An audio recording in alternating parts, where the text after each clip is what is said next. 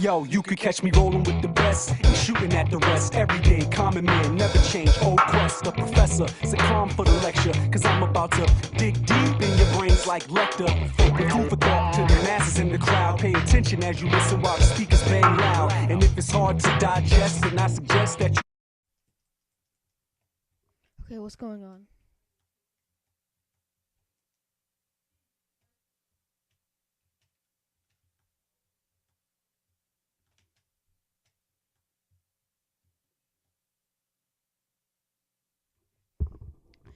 I'm there. Minecraft.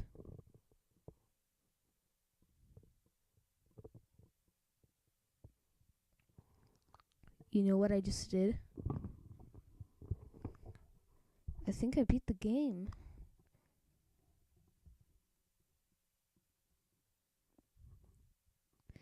I see the player you mean. Spartan 253. Yes, take care. It's reached higher level now. It can read our thoughts. That doesn't matter. It thinks we are part of the game. This player, it played well. It did not give up.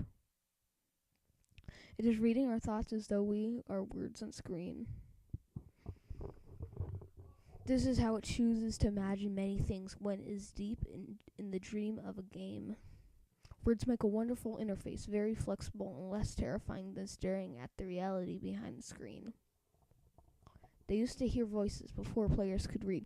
Back in the days, those who not played called theirs player witches and warlocks, and players who dreamed they flew through the air on sticks powered by demons.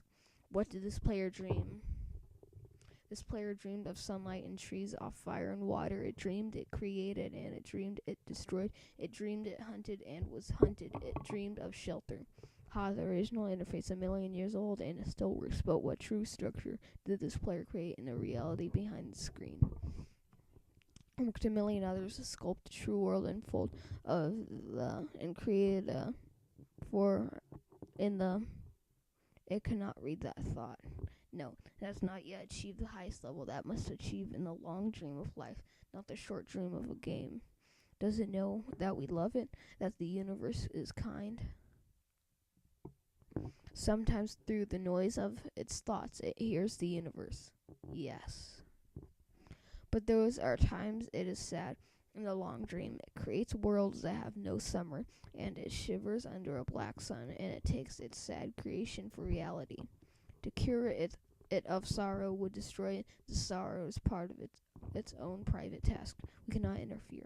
Sometimes when they are deep in dreams, I want to tell them they're building the worlds in reality. Sometimes I want to tell them of their importance to the universe. Sometimes when they have not made a true connection in a while, I want to help them speak the world they fear. It reads our thoughts. Sometimes I do not care. Sometimes I wish to tell them, this world you take for truth is nearly, and I wish to tell them that they are they see so little of reality in their long dream, and yet they play the game. But it would be so easy to tell them. Too strong for this dream. To tell them how we live is to prevent them living. I will not tell the player how to live. The player is growing restless. I will tell the player a story, but not the truth. No, a story that contains the truth safely in a cage of words, not the naked truth that can burn over any distance. Give it a body again. Yes, player. Use its name. Spartan 253, player of games. Good. take a breath now. Take another. Feel the air in your lungs and let your limbs return. Yes, move your fingers, have a body again. Under gravity and air, respawn in the long dream. There you are, your body touching the universe again at every point, as though you were separate things, as though we are separate things. Who are we? Once again, we are called the spirit of the mountain, father, sun, mother, moon, ancestral spirits, animal spirits, jinn, ghosts, the green man, the gods, the demons, angels, poltergeists, aliens, extraterrestrials, leptons, quarks. The words change, we do not change. We are the universe. We are everything. You think it isn't you? We are looking at us now through your skin and your eyes. And why does the universe touch your skin and throw light on you? To see you, player, to know you. And to be known, I shall tell you a story. Once upon a time, there was a player. The player was you, Spartan 253. Sometimes it thought itself human on the thin crust of a spinning globe of molten rock. The ball of molten rock circled a blazing gas that was 330,000 more times massive than it. They were so far apart that the light took 8 minutes to cross the gap. The light was information from a star, and it could burn your skin from 100 to 50 million kilometers away.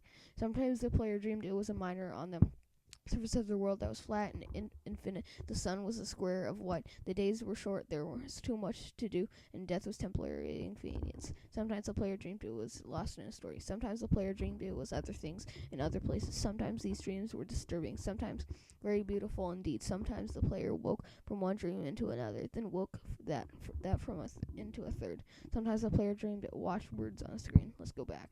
The atoms of the player were scattered in the grass, and the rivers, in the air, and the ground. A woman gathered the atoms. She drank and ate and inhaled, and the woman assembled the player in her body. And the player awoke from the warm, dark world of its mother's body in a long dream. And the player was a new story, never told before, written in the letters of DNA. And the player was a new program, never before generated by its surroundings of 1 billion years old. And it was a new human, never alive before, made from nothing but milk and love.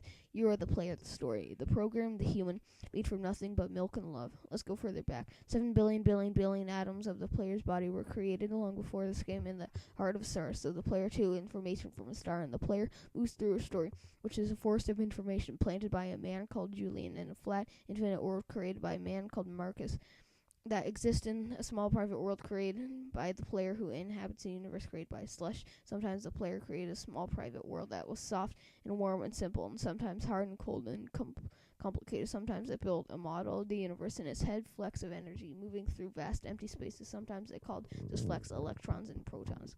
Sometimes it called them planets and stars. Sometimes it believed that it was the universe that was made of energy, that was made of offs and ons, zeros and ones, lines of codes. Sometimes it believed that playing in a game, sometimes it believed that reading words on the screen, you're the player reading words, sometimes a code on screen, the words decoded and decoding meanings of the feeling, emotion, theories, ideas. The player started to breathe faster and deeper until it realized it was alive, and then alive. Those thousands of deaths had not been real. If the player was alive, you are alive. And sometimes the player believed that the universe had spoken through the sunlight, and it came through the shuffling leaves of summer trees. And sometimes the player believed that the universe had spoken it through to the light that fell from the cliff's night sky. The winter with a fleck of light in a corner of a player's eye that might be a star a million times massive as the sun, boiling its plants to the pleasure in order to be visible for a moment to the player walking home from the side of the universe, suddenly smelling food almost at the familiar door, about to dream again. Okay, I gotta take a break. I've been reading this for such a long time.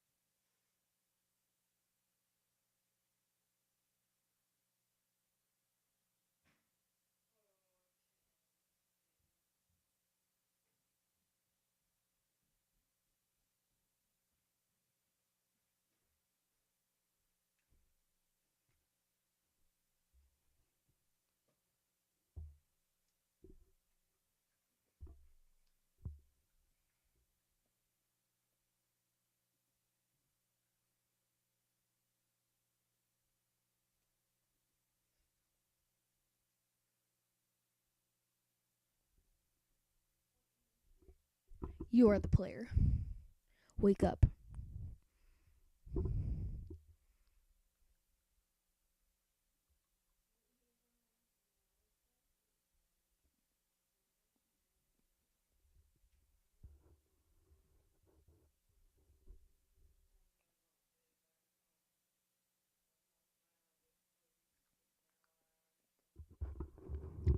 Marcus. I thought it was created by a guy named Notch.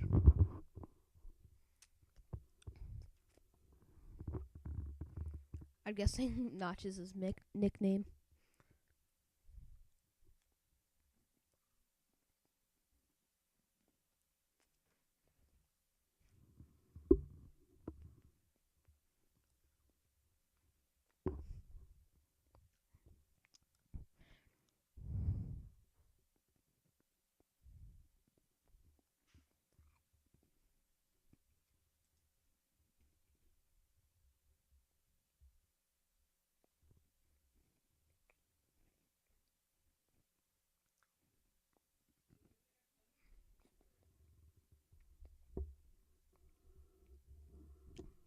This is Minecraft. I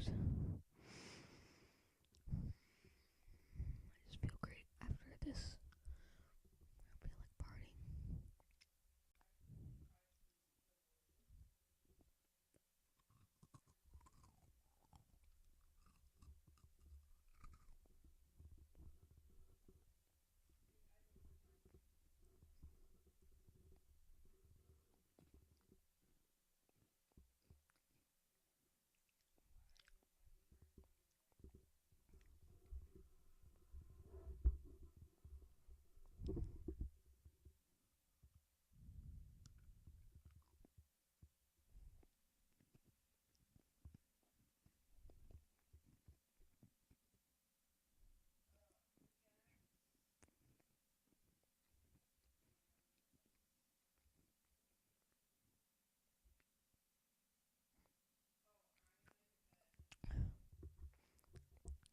I'm guessing that's it.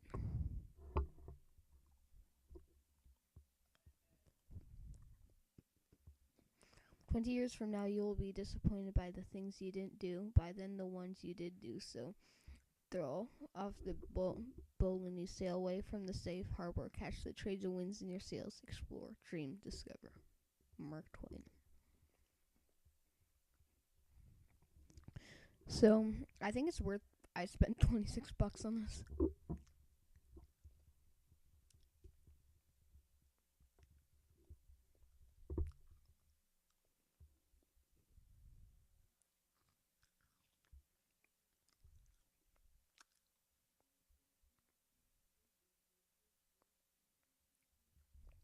Okay. That was it. The end.